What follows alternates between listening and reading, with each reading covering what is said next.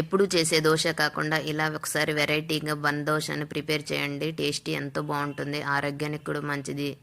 దీనికి కావాల్సిన ఇంగ్రీడియంట్స్ ముందుగా ఒక బౌల్ తీసుకొని దానిలోకి ఒక కప్పు సుజీ రవ్వ, ఒక కప్పు బియ్యం పిండి, ఒక కప్పు పెరుగు, కొద్దిగా వంట సోడా వేసి ఇలా మిక్స్ చేసుకోవాలి. ఇలా మిక్స్ చేసుకున్న తర్వాత దాంట్లో కొద్దిగా వాటర్ యాడ్ చేసి ఒక 2 మినిట్స్ మిక్స్ చేసుకొని ఒక 10 మినిట్స్ నానబెట్టి పక్కన పెట్టుకోవాలి.